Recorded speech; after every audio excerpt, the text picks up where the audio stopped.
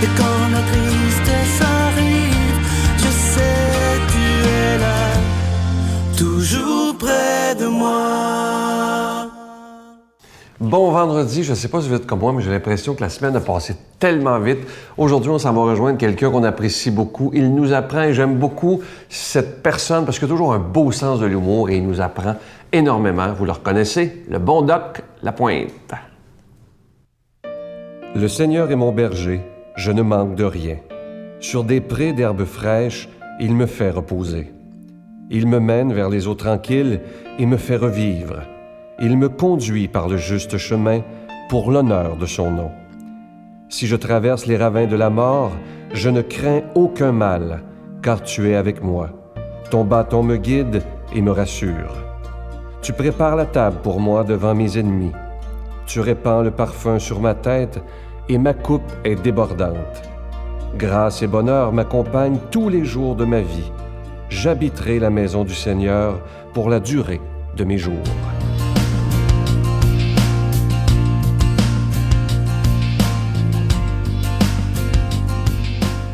Bon matin, mesdames, messieurs. N'arrêtez jamais de danser. C'est ce que je vous dis ce matin. C'est le volume que vous voyez à l'écran. Ça s'appelle « N'arrêtez jamais de danser ». C'est le docteur Gordon Livingston qui a écrit. C'est un psychiatre américain qui a fait la guerre du Vietnam. Et puis, il dit « Il vaut mieux être dans l'action que dans l'attente ». Alors, chaque conférence que je donne et que je parle aux gens, je dis aux gens « N'arrêtez jamais de danser. N'arrêtez jamais d'apprendre. N'arrêtez jamais de rire, d'observer, d'écouter, de grimper. N'arrêtez jamais de vous améliorer. Bref, n'arrêtez jamais de viser plus haut. » Alors, si on reprend un petit extrait, par exemple, du volume du docteur Livingston, il dit « 30 années passées à écouter mes patients parler de leurs rêves et de leurs insatisfactions m'ont permis de constater que la plupart des êtres humains ont infiniment de mal à définir ce qu'est le bonheur et à savoir comment atteindre et comment l'atteindre et de le faire perdurer et de faire durer les choses qu'on désire. Il dit, nous vivons dans une société qui est la plus prospère de l'histoire de l'humanité et désormais, notre bien-être matériel quasi garanti, nos ennemis naturels sont tous maîtrisés et la plupart des maladies infectieuses qui menaçaient notre survie sont sous contrôle. Alors, il dit un petit peu plus loin, par contre, il dit, en dépit de toutes nos connaissances en matière de diagnostic du comportement humain, nous restons encore confrontés à des questions essentielles. Comment vivre? Et je vais juste vous raconter à la page 64, mes amis, parce que j'aime amener des preuves aux gens pour leur dire de quoi il s'agit. Il dit, écoutez bien ça, tout aujourd'hui est exagéré et faussé. On est proclamé artiste en sachant à peine chanter. Rien ne sert d'avoir de talent pour devenir écrivain et bouquet final, nos dirigeants manquent à la fois d'intelligence et de moralité. Vous imaginez? C'est un psychiatre. Il dit, cette détestable tendance, alimentée par un culte de la célébrité, non seulement nous rend cyniques et nous entraîne vers le mauvais goût, mais elle pervertit notre jugement et nous empêche de reconnaître ce qui se fait de bien. Vous imaginez? Alors, quand on dit qu'on a du travail, mesdames, messieurs, à faire, il dit, si tout le monde faisait le bien ou faisait bien son travail, la société fonctionnerait de manière plus harmonieuse. Mais un bémol, et quand on regarde, mesdames, messieurs, ce qu'il dit, alors tu dis, ouais, faut se poser des questions. Il dit, regarde, vaut mieux être dans l'action qu'être dans l'attente. Alors, quand on dit prendre sa santé en main, oui, on a besoin de médecins, je vous le répète, on a besoin des hôpitaux, on a besoin des bonnes infirmières, on a besoin des bons infirmiers, besoin de tout ce monde-là. Mais mesdames, messieurs, qui est responsable de sa santé? C'est pas le ministre de la Santé, c'est chacun de nous. Alors, c'est ce que je vous souhaite en vous souhaitant une bonne journée. À la prochaine. Notre Père qui es aux cieux, que ton nom soit sanctifié, que ton règne vienne, que ta volonté soit faite sur la terre comme au ciel. Donne-nous aujourd'hui notre pain de ce jour. Pardonne-nous nos offenses comme nous pardonnons à ceux qui nous ont offensés. Ne nous laisse pas entrer en tentation, mais délivre-nous du mal, car c'est à toi qu'appartient le règne, la puissance et la gloire pour les siècles des siècles. Amen.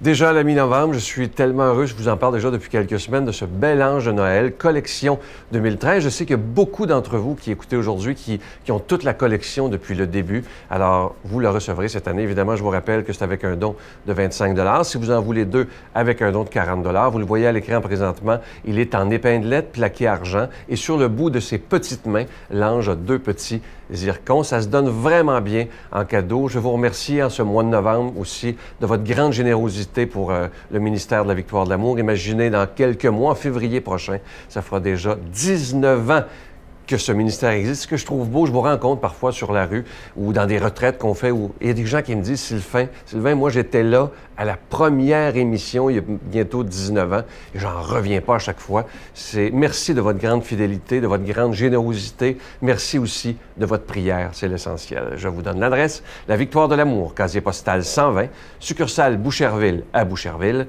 le J4B 5E6, je vous la redonne, la Victoire de l'Amour, casier postal 120, succursale Boucherville à Boucherville, le G4B 5E6. Également par téléphone, par carte de crédit, du lundi au vendredi, de 9h à 16h, dans le 514-523-4433, 523-4433 ou sans frais, le 1-888-811-9291, 1-888-811-9291 et aussi sur notre site Internet, le www.lavictoiredelamour.org. Merci de tout cœur de nous aider à pouvoir proclamer la parole de Dieu par la télévision.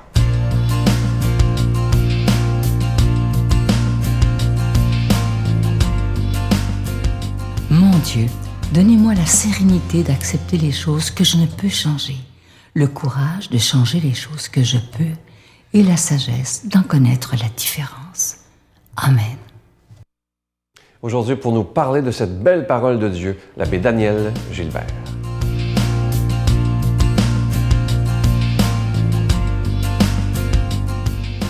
Bonne nouvelle selon saint Luc. Jésus entra dans le temple et se mit à expulser les marchands. Il leur déclarait, « L'Écriture dit, « Ma maison sera une maison de prière. Or vous, vous en avez fait une caverne de bandits. » Il était chaque jour dans le temple pour enseigner. Les chefs des prêtres et les scribes, ainsi que les notables, cherchaient à le faire mourir. Mais ils ne trouvaient pas le moyen d'y arriver.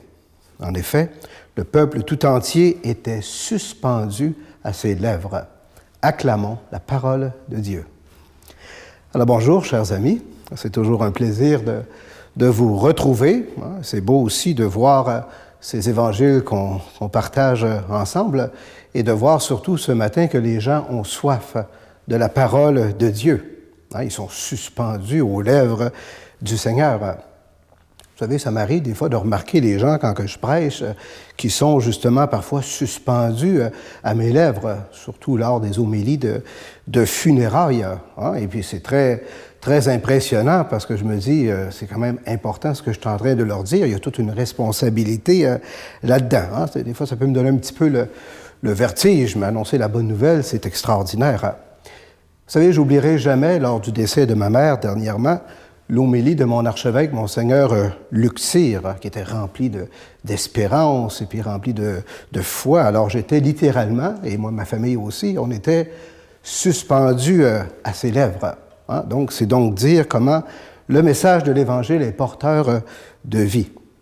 Alors, on peut peut-être comprendre justement la réaction de Jésus ce matin lorsqu'il entre dans le temple de Jérusalem, où on devait, en principe, justement, enseigner les choses de Dieu. Mais il voit tous ces marchands en train de faire des affaires.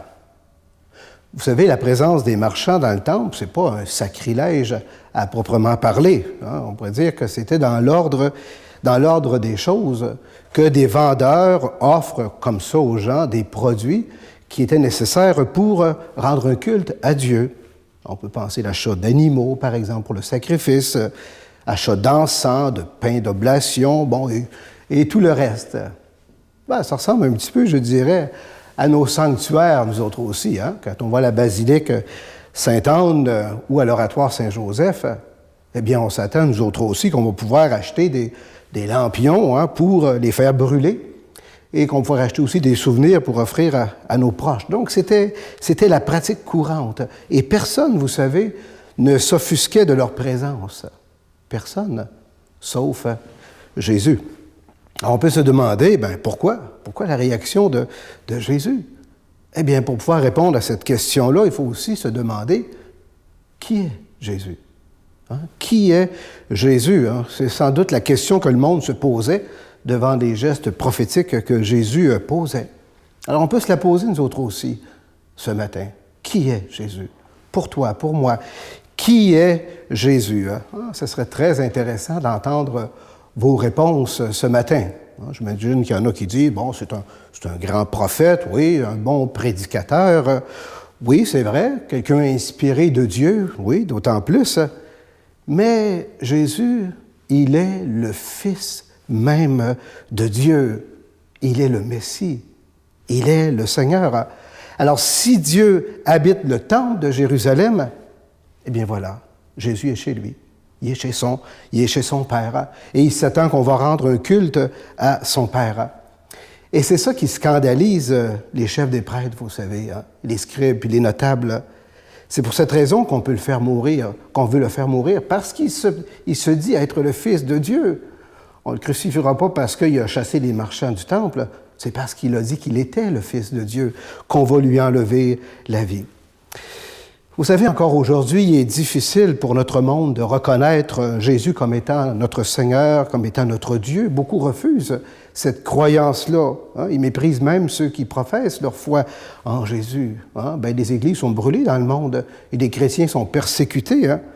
Alors on le voit dans certains pays qu'il y a de la persécution parce qu'il y en a qui croient en Jésus, qu'il est le Fils de Dieu. Et tout près de nous, on parle de la charte de la laïcité, la charte des valeurs québécoises, puis on se demande jusqu'où on va tolérer le fait qu'il y ait des gens qui professent publiquement leur foi en Jésus. Mais vous savez, heureusement, et la bonne nouvelle dans l'Évangile ce matin, c'est qu'il y a cette foule qui est suspendue aux lèvres de Jésus. C'est la foule, en quelque part, qui le protège. Il ne faut pas attendre que ce soit nos gouvernements qui protègent notre foi. Non, c'est parce que nous mettons notre foi en Jésus, on a des valeurs et on les professe, eh bien c'est ça qui fait que la bonne nouvelle continue d'être annoncée dans le monde, qu'il y a encore des signes qui nous rappellent notre foi en ce Jésus, qui nous annonce toujours des bonnes nouvelles, et c'est pour ça qu'on est encore suspendu aujourd'hui à ses lèvres. Alors je demande au Seigneur maintenant qu'il fasse descendre sur vous toutes ces bénédictions au nom du Père et du Fils et du Saint-Esprit. Amen. Je vous salue Marie, pleine de grâce. Le Seigneur est avec vous. Vous êtes bénie entre toutes les femmes, et Jésus, le fruit de vos entrailles, est béni. Sainte Marie, Mère de Dieu, priez pour nous pauvres pécheurs, maintenant et à l'heure de notre mort. Amen.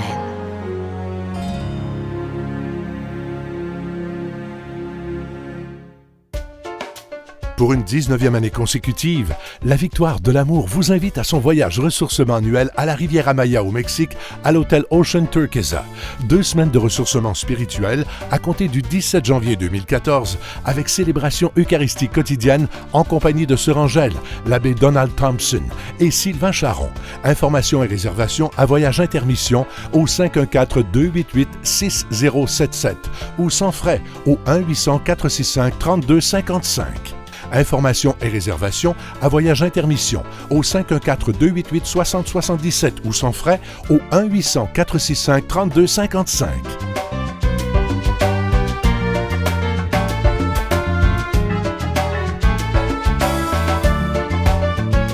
À demain. Bye bye. J'avais un cancer du pancréas avec plein de métastases au foie. Et on ne voulait pas me donner le temps qui me restait. Moi, je voulais le savoir à tout prix, alors on me l'a dit, 2 à 3 mois.